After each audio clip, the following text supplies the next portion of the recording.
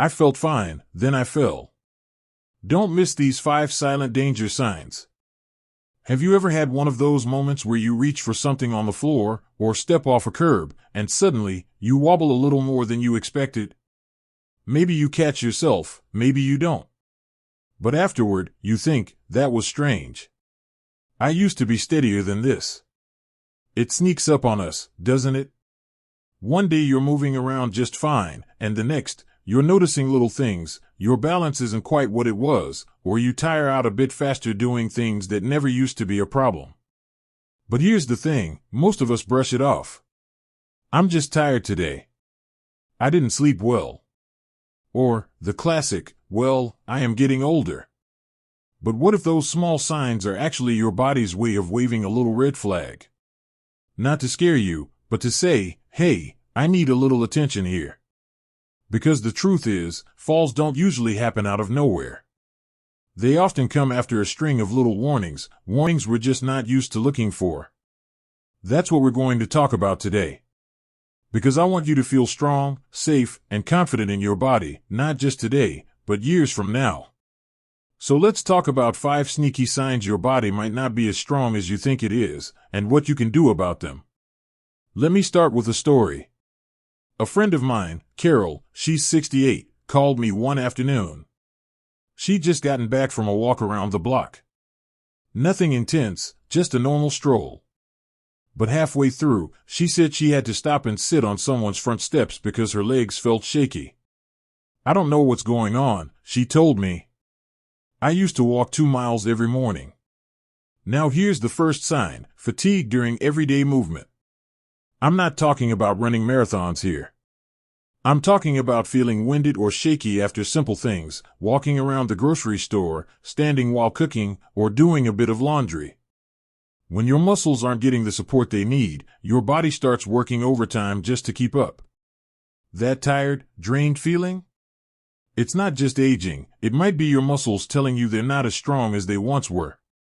But here's the good news, the body is incredibly responsive, even after 60, 70, 80. It might not bounce back the way it did at 25, but it does respond when you treat it right. Little changes like using light resistance bands, or simply standing up and sitting down from a chair 10 times a day, can begin to restore that muscle endurance bit by bit.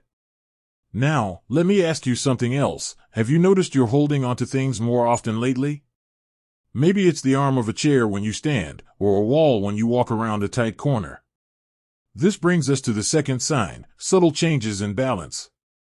These are often so small, we don't even realize we're compensating.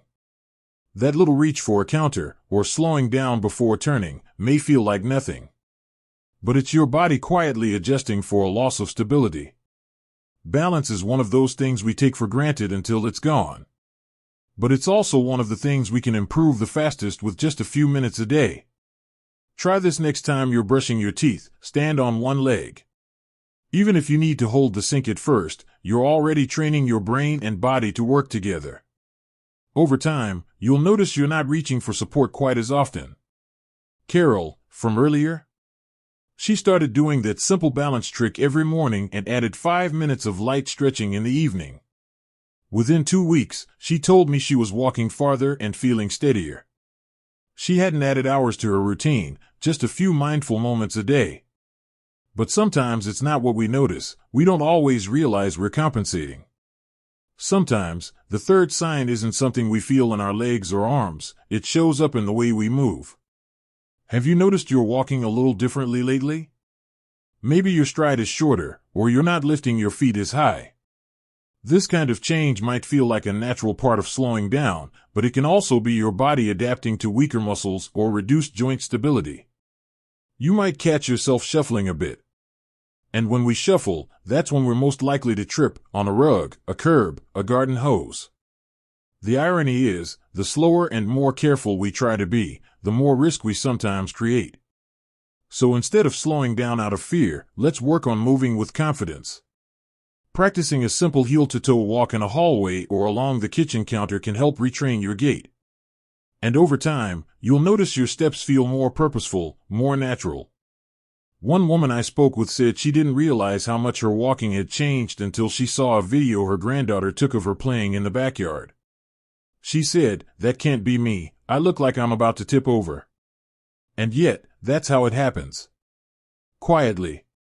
Gradually. But we can meet those changes with awareness and action, not fear. Now that we've looked at how energy, balance, and movement might be giving us clues, it's time to go just a little deeper because the next sign is one that often hides in plain sight, and yet, it plays a huge role in keeping you upright and steady, your grip strength. Now, you might be thinking, what do my hands have to do with falling? But stay with me here, because this one surprises a lot of people. When your grip gets weaker, when opening a jar becomes harder, or carrying grocery bags feels more awkward, it's often not just about your hands. Grip strength is actually a strong indicator of your overall muscle health. In fact, doctors sometimes use it to predict mobility issues before they even show up. Think about how many things require a solid grip: pushing yourself up from a chair, holding onto a railing, catching yourself if you stumble. If your hands aren't strong, the rest of your body usually isn't far behind. It's one of those signals we tend to overlook until it's too late. I had a neighbor named George, mid-70s, former electrician, hands like sandpaper. He told me one day that he couldn't open a soda bottle anymore. "I must be getting soft," he joked. But not long after, he tripped walking down the steps and wasn't able to grab the railing in time. Just like that, a small sign turned into a real injury. Here's what George started doing after that. Every morning while watching the news, he'd take a soft tennis ball and gently squeeze it. 10 squeezes per hand, just a few times a day. He also started using a light hand weight while sitting, nothing fancy, just slowly lifting and rotating his wrists. 2 months later, he said he felt stronger just walking down the hallway. Not because of his legs, but because his arms were more reliable. It's amazing how the body responds when we give it the right attention. Now let's talk about a warning sign that isn't always physical, it's one you feel. And that's hesitation. That pause before stepping into the shower. That moment of second guessing before going down a staircase or even reaching up into a high cabinet. It's subtle. Quiet. But very real. Hesitation is your brain's way of saying, "I don't trust this." Maybe it's because you've had a near miss before, or you've noticed yourself getting a little less sure-footed lately. But when we hesitate often, we start to pull back from things we used to do with ease. We stop climbing ladders, stop walking as far, stop doing the activities that kept us active in the first place. And without even realizing it, we're losing strength, not from aging, but from inaction. I once met a woman at a senior center who told me, "I used to love gardening, but I stopped because I didn't want to bend down and lose my balance." That broke my heart. So we came up with a plan. She started practicing deep breathing while standing on one foot, just 5 seconds at a time. She also started using a low stool and sturdy gloves, so she could get back to her garden safely. Within a few weeks, she said the hesitation had lessened. "I feel more like me again," she told me. And that's the key. When we address the reason behind the hesitation, we get our confidence back. Not all at once, but step by step. And with that confidence comes a greater sense of freedom. Another way to tackle hesitation is through visualization. Sounds simple, but it's powerful. Each morning, before you start your day, take 30 seconds to close your eyes and picture yourself moving with strength and control. See yourself walking tall, steady, sure of every step. Your brain starts to believe what you feed it, and belief is half the battle. So, we've covered some pretty eye-opening signs so far: feeling unusually tired during daily tasks, subtle balance issues, changes in the way you walk, weaker grip strength, and even those quiet moments of hesitation that speak volumes. All of these can be the body's way of whispering, "Help me out a bit here." But that whisper doesn't have to turn into a shout. That stumble doesn't have to turn into a fall. You still have time, so much time, to strengthen your body, sharpen your balance, and move through the world with confidence. And it starts with something small. One stretch. One grip. One step. Now, let's take everything we've talked about and bring it into focus. Because there's one more piece of the puzzle we need to explore, something that ties all these signs together. It's often the most overlooked part of your strength, and yet it holds everything else up. And that final piece we need to talk about, the one that quietly supports your strength, balance, and mobility, is your core. Now, I know what you might be thinking. Core? You mean like sit-ups and planks? At my age? But hear me out, your core isn't just your abs. It's the whole network of muscles around your belly, back, hips, and even your pelvis. And these muscles are your body's foundation. When your core is weak, everything else, your posture, your balance, your walking, gets affected. I once heard someone say, your core is like the trunk of a tree.